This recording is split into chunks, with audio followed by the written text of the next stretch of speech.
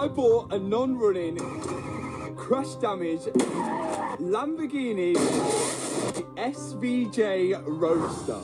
But I guess the best way to find out is to buy a new X-brace and then see if it all lines up with the bolt holes. But now I'm removing the old one, and the way we can measure the chassis now is with this tram gauge. This gauge will go on a fixed point on the back left and a fixed point on the top right of the chassis. We'll then lock the tram gauge in place so it's at a certain measurement and then measure crossways, and it should give us the same reading. On that hole, right in the middle. Right. Oh, look at this, look at this, look at this, look. In. Look at that. Look at that, and then do a switch whilst we're live, and switch it. Look, in. Boom! In. That's good news. That is actually good news, because the chassis hasn't moved, so when we buy a new cross brace, it should just go straight in.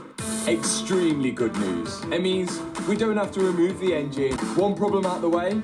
Now let's get on to the next one. So the reason the car is not running right and I can't rev it is because the exhaust doesn't have any of the lambda sensors in it, and that measures the fuel air mixture coming out of the combustion chamber, so it doesn't really have a clue what it's doing. And the only reason we can suss out why there's no lambda sensors there is because there must have been an aftermarket exhaust on it, and before it's gone to the insurance, I think they've pulled off the exhaust, put the standard one back in, and not plugged anything in. We've got a solution, and it is almost illegal to put back on a standard exhaust on an SVJ. So first thing, let's get the standard exhaust off. So the goal is to get this SVJ running the way it should. And as it looks like this exhaust has just been thrown on, it's probably best for us just to start from scratch so we know exactly what's missing from the exhaust and from the engine bay. We've now undone the bolts holding the back box to the front pipes. Yay! Then me and Liam can remove the back box, which is a big old thing, which is muffling a lot of sound as well.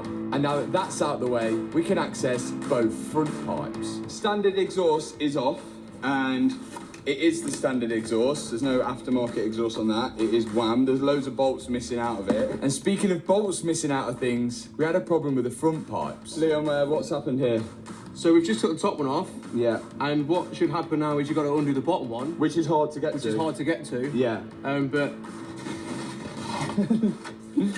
Oh, Susie. There wasn't even one on the bottom. No. I can see why they don't put one on the bottom. Zoom in. Oh, it is there. It's there. Wait. The clamp was actually there, but whoever's thrown this exhaust back on, I guess, couldn't be bothered to try and put the bolt in. It made our job easier. Easy. Yeah.